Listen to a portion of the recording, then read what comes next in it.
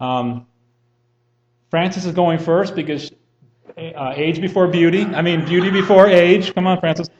Now, some of you would never have expected this day to come, but these are two of the greatest people that I know for sure. For sure. And they have wonderful stories. And Francis is going to share a simple one today. Okay. I don't want to be here. And right now, I'm about 1,000 miles out of my comfort zone. I decided I'm just nervous. I decided that I would cheat and read this instead of trying to tell it. Fritz twisted my arm really hard, and he wouldn't take no for an answer. So I caved in finally, but he owes me big time, I can tell you. This is not over. I'm going to tell you a little story about, I was walking down the road, I was driving down the road one time, and don't you put this on Facebook because I don't want to hear this again. Okay. I'm going to tell you a little story about, I was driving down the road, and it's about 100 degrees or more, about 1,000 probably, in the middle of the day, and there was a woman walking with a dog. You know, I don't pay much attention to people hitching or walking, but I do notice dogs. And Betty Clintz always said the sure way I would help someone is if they have a dog. Anyway, there was no voice, no bells, no whistles, but some unseen force caused me to do something that I can't explain to this day. The only thing I said, it must have been my God moment. I passed them. I drove home, which is just right across the hill from here. I grabbed a thermos of water, some dog food, and I think I even got some snacks for that human. I started back to look for him. I don't know what I was thinking. It was the weirdest thing I ever happened in my life. I couldn't get back to him directly because of the interstate and everything, so I go way around Broadway and come back up, and lo and behold, there they still were. I don't recall, I stopped and they got in my car, the dog and the woman. I don't recall a word of that conversation. We had very little conversation. We never exchanged names. I don't know where she came from. I think she did tell me she's on her way to Newport. But I had Cindy come and meet me in a parking lot down here. And so we got her some food. She didn't ask for a thing. She didn't have a purse. She didn't have one thing on her. And so I knew she wasn't an axe killer. So I didn't think so. I didn't even think about it. I didn't know who she was. She didn't ask for any money. She didn't ask for any food. Nothing. But I've asked myself a million times why I did this without thinking of any possible consequences. I said, the only thing I can say is maybe that I showed up in the nick of time and maybe saved her from something.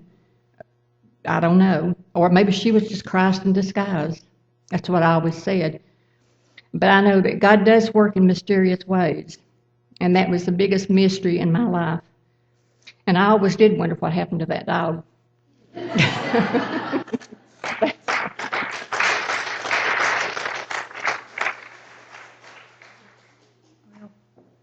It's funny, the way to get the two people with the biggest mouths in this church to shut up is to tell us we're going to do something like this. And she had cheating notes, and I really thought he was kidding about doing this until I saw my name in the bulletin. Anyway, mine's not as dramatic as that one, but she was part of it. Yeah. Anyway, I don't know when this was, a while back. Mom and I go to the Lyndhurst Cemetery where my dad's buried, and we go over there sometimes, and I'll take my dog, and I'll walk her and whatever. And that may be creepy, but it's kind of peaceful over there. And sometimes we'll take our lunch, and we'll sit there, and I'll walk the dog, we'll have lunch, whatever. Well, I noticed that day there was a man, I don't know if y'all been over there, but where that Rachel of Morning, whatever the statue is, it sits down in the corner by itself. And there was this truck down there, and a man had the tailgate down, and he was sitting on it. And I'd notice him, and I'd walk, and whatever, and he'd stay down there. And I know y'all know stories about people who commit suicide in cemeteries. Well, that's the first thing popped in my head, and I don't know why. There's other people in cemeteries all the time. They sit there. This particular day, I told Mom, I said, I don't know what's I'm feeling, but I feel like I need to go talk to this guy. I'm not I'll talk to anybody, but to witness or talk about God to somebody is like, that's one way to shut me down. But anyway, we were going to leave, and we drove around, and I said, you know what, I got to go back. So I stopped, and we go back. I said, you don't have to get out in case something happens to me. So she gave it away. But he was sitting on his tailgate by this grave, and I was like, I don't even know what exactly I really said. I was like, I know you don't know me, and I don't mean to interrupt you kind of thing, but something, I just feel like I needed to come check on you and see if you're okay. And he was very nice and grateful and all that kind of stuff, and I don't remember many things after that, but I just know, and the person that had died was the one that got killed in the jet ski accident at the lake of I don't know, probably last summer. And he didn't go into any detail. He said it was his friend or whoever. And I didn't say much after that. I just kind of sat quietly, and I was like, I just want to let you know, praying for you, whatever. And that's about as all the conversation was. I just know if it was me in that situation, I couldn't have drove off there and read about him in the newspaper the next day without saying something. I would have never forgiven myself if I hadn't. But that's pretty much it. There's other times I've had little God moments, but that was the one that stuck out the most. And now I know not to tell him any more about him. But anyway, that's it.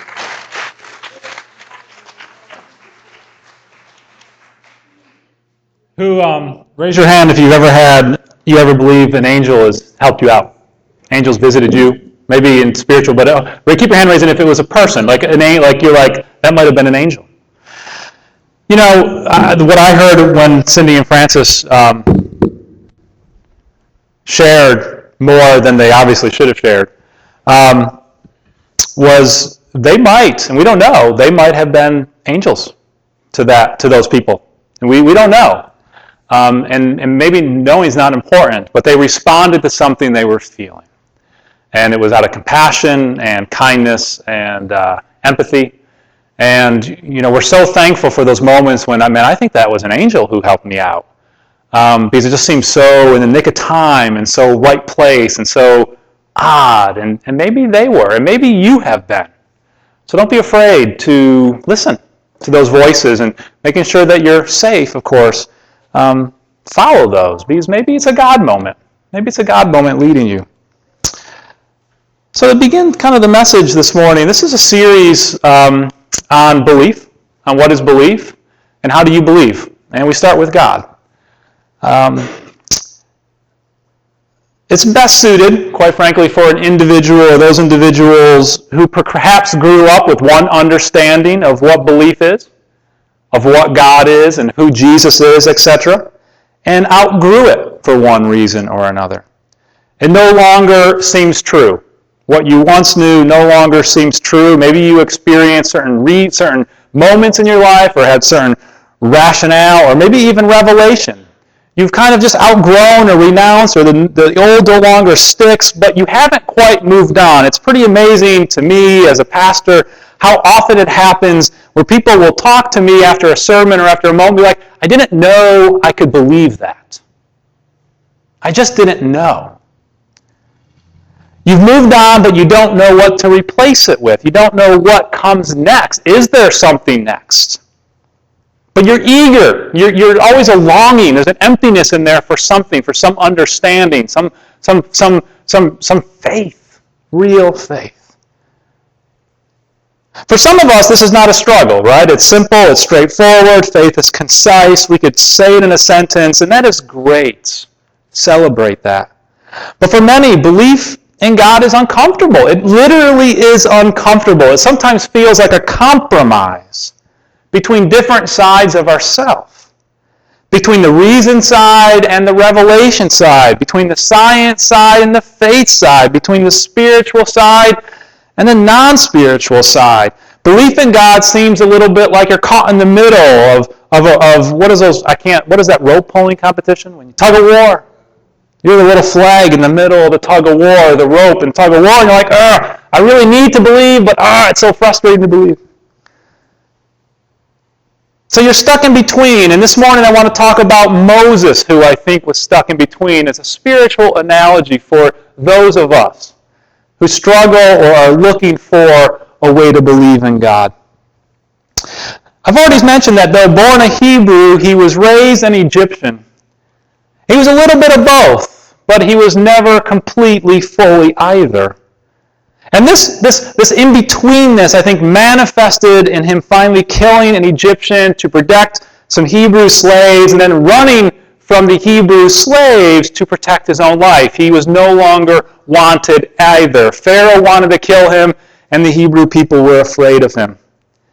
So he left, and he made a good life for himself. He moved on, almost. He got a wife.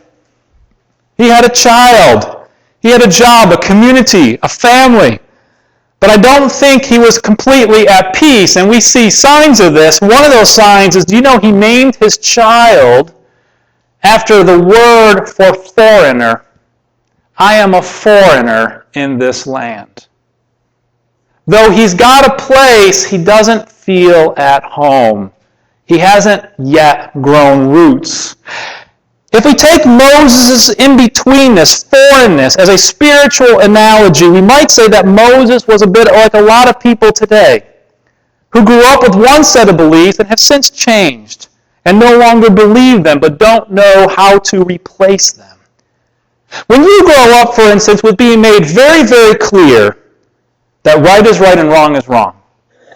Right is right, wrong is wrong, it is this simple, and it's drilled into you almost every day. You can feel guilty the rest of your life every time you do one of those things that you don't think is wrong anymore, but you feel that, oh, I'm feeling guilty at the same time. Say you were raised with the belief that the Bible, for instance, is the absolute, true, completely literal Word of God. Every word in it is exactly how it happened. But over time, for one reason or another, you began to doubt this and couldn't believe it anymore. You didn't believe that creation was done in 7 days. You didn't believe that there was a global flood, or you didn't believe that there was a literal Adam and Eve, or you don't even believe there was a literal burning bush, for instance. That's just not the way your mind is capable of working. But it's hard. It's hard to let go of that certainty and that nagging doubt that says, if I don't believe in certainty, I'm not believing correctly. And you're in between. Maybe you grew up believing that God is angry at you because you are a sinner and you deserve God's wrath. Because God is completely good and just. And even one sin has to be punished eternally. And the only way to survive this good and just punishment is to make you feel bad enough to allow Jesus to carry your sin for you and take upon himself the wrath of God that you deserve. I don't believe that at all. But there are many people who do, and God bless them if they do. But there are many people who are like, I don't believe that anymore, but they don't know another way to believe. And they're always a little bit afraid. A little bit afraid, what if it's true? What if I'm wrong? And they live with a fear, and I've seen them die with fear. So you can't fully let go, but you also can't believe what you were taught. What do? A lot of us leave. We leave church. We leave it behind. And we wander physically and spiritually, just as Moses in the wilderness. In the Bible, the wilderness is a place of wandering. Moses is wandering, not yet sure of where to go, but in the wilderness it is also a place of transformation and of growth. And Moses sees an amazing thing. He sees a bush that is burning but is not burning up. And he wonders, what is this thing? Now, we don't see burning bushes. At least I've never seen burning bushes. I've never seen a manifestation of an angel. I've never had a mystical experience. But we do see things. We see things that inspire us, that move us, that lift us up, that draw us out of ourselves, that are explained as religious or spiritual experience. We see people healed of illnesses when the odds were desperately poor. We see babies born who are a wonder of a biological miracle, and we are awed. We see creation awaken in spring every year, flowering and blossoming. Maybe you see stars streaking across a night sky, and you are awed by how unfathomably large the universe is. I saw a rainbow the other day, and I breathed in. You know that? That's inspiration. I breathed in. And we see things that draw us out of ourselves, and they draw us closer. Have you ever been with people at a sunset, just a beautiful sunset, and you just, for a few moments, you just feel like the world's at peace? And maybe if you're with someone that you're intimate with, you just reach out and hold their hand. Not only are you drawn towards God, you're drawn together. But what are you being drawn towards? I think when we are drawn through inspiration, we are always drawn. There's an invitation to be drawn towards the God that is always waiting for us. God in the bush sees Moses coming towards him. Moses sees something, he has an experience of something, it awes him, it amazes him. He's in the wilderness, and he draws closer, and the bush responds to that. God responds to that, and he says, "Come closer, Moses. Get a closer look. Come know me better." I wish that God had given Moses an easy answer, something straightforward, but he doesn't. God doesn't. Like the lines of the fire of the bush itself, there is nothing concrete in this interaction. There's always shifting and always moving. You might want firm outlines, but you get shifting lines. God says, "I am the God of your ancestors, the God of Abraham, of Isaac, and of Jacob." And this puts Moses in a lineage, and that's very important. And when Moses asked, the Israelites, they might not believe me, your Hebrew children, they might not believe that you have actually sent me. Who am I supposed to say has sent me? Tell them I am has sent you. Or I am who I am, or I will be who I will be, which quite frankly is not much of a definition at all. God's self-given name, interpreted in Hebrew as Yahweh, the first letters of that phrase, and translated in our Bible as Lord, basically mean I am existence completely free. That's my interpretation. I am who I am. I'll be whoever I want to be. I am existence, and I am completely free. I will be what I want to be. There are no limits. There's no limits. Gravity, not a limit. Time, not a limit. Space, not a limit. Power, not a limit. There is no limits. I am existence completely free, is how God defines God's self, which is not very concrete. Paul, I think, understands this a little bit. Paul later writes, nearing the end of his life, writes an epistle to the Roman church, the letter to the Romans. As a means of introduction, he wants to let them know who he is and what he believes so they would trust him. He introduces himself, and it's a lengthy introduction, but one of the things he deals with is the Jewish problem. Didn't God make a covenant with the Jewish people? Didn't he promise that God will always be faithful? But the Jewish people have ignored, have renounced, don't believe that Jesus is the Messiah. And don't we have a quandary? Don't we have a problem? If you can only be saved through grace by faith in Jesus, what about the promise God made to the Jewish people? And Paul, for many chapters, I think, struggles with this. He offers rationale and reason. But my reading of this is that Paul ultimately recognizes the complete freedom of God. He quotes what God says to Moses, "I will be merciful upon those I want to be merciful upon. And later he says, at the very end, Paul concludes, oh, the depth of the riches of wisdom and knowledge of God. The depths. When you look at something deep, can you see the bottom? The depths. You might see the first few feet, the first few meters, but you never see the depths. How unsearchable are God's judgments, and God's paths are beyond tracing out. This is a mysterious, inconceivable, much larger than you God. Who has known the mind of the Lord? Or who has been his counselor? Who has ever given to God that God should repay? For far from him, and through him, and for him are all things. To him be the glory forever and ever. Amen.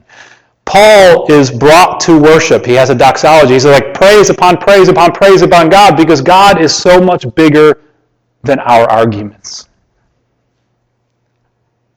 I think Paul can't eventually answer how this is both true, the promise to the Jewish people, and the truth that you are saved through faith through Jesus Christ. But Paul knows that God is free. God is bigger. Who has known the mind of the Lord? To have a relationship with God, all right, is not to have faith in God is believing that there is an existence completely free, and that thing is what we call God. But God is not a name. God is a term we use to describe this completely free existence.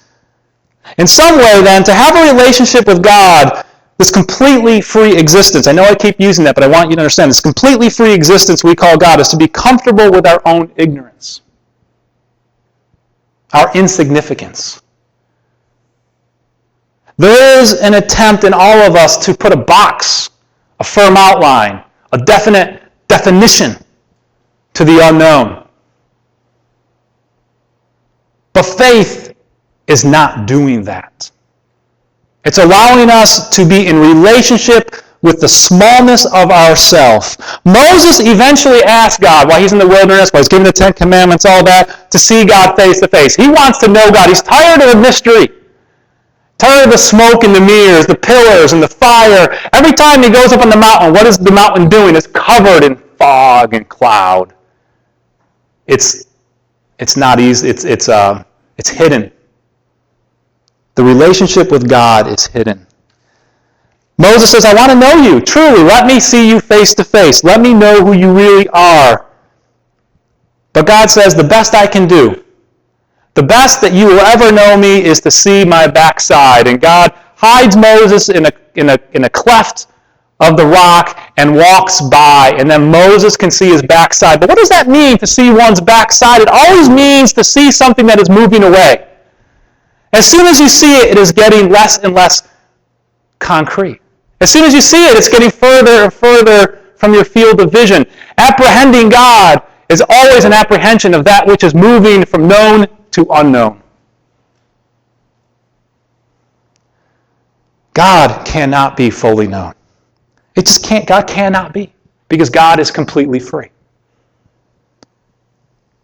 I think that God is the answer to so many of our wandering spirits. Because every day, if we are looking and listening, we are seeing and hearing just how amazing the universe is. It is amazing, and how little we know about it. Every day we learn something new. We discover so many more things we don't know. We learn every day that we are insignificant compared to the universe. And at the same time, because of that, we learn just how special we are. Faith in God is humility before the unknown. Humility is the proper attitude of faith. It is the humility of Job. You ever heard that phrase? The humility of Job. Job was anything but humble. He was anything but humble. He was certain and he was clear. Something wrong has happened. This is not the way it is supposed to be. Something bad has happened. He's pouting on a rubbish pile. I have been mistreated. God is not supposed to have done this to me. Job is anything but humble. He is certain of himself. He's arrogant. And his friends are equally arrogant. They know that God works in only one way. They know God punishes the sinner. They're certain and arrogant in their faith. We've always wondered, why does God let the adversary do this to Job? It's such a horrible thing because God is completely free. That story reminds us that we do not know the ways of God in any way that can be certain. It isn't until the end when Job has an experience of God opening up the universe. Where were you, Job, when I created the firmament? It's only then when Job is humbled. Oh, you're so much bigger than I. You're so much bigger than I. That Job is allowed, that Job is free then to move on. He was stuck between what he had known and what was no longer true.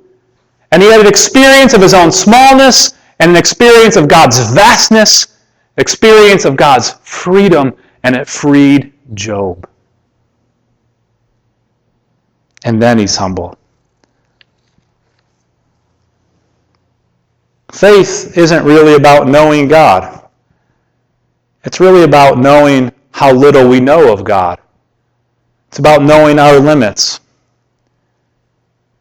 It's about being humble. I think there's an idea that having faith is about knowing something concrete. I think it's exactly the opposite. Now, as a follower of Jesus Christ, something amazing happens. Something amazing happens.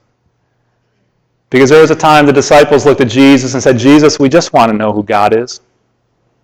We just want to see God face to face. We just show us God. And Jesus says, how long have I been with you that you don't recognize God yet? As a follower of Jesus Christ, I believe my God has a face. And that face is Jesus of Nazareth. And I am able to confidently rest my heart in that person. Because I believe that person is the heart of God. But it is not an arrogant assertion. It is a humble one. Because we follow the one who is ultimately humble. If you have struggled in your own journey, how do I believe in God when I don't even know what God is? Then you're at exactly the right place. And next week we will introduce or reintroduce or talk about who Jesus is and how that helps us in our journey. Listen to a word from God to you this morning.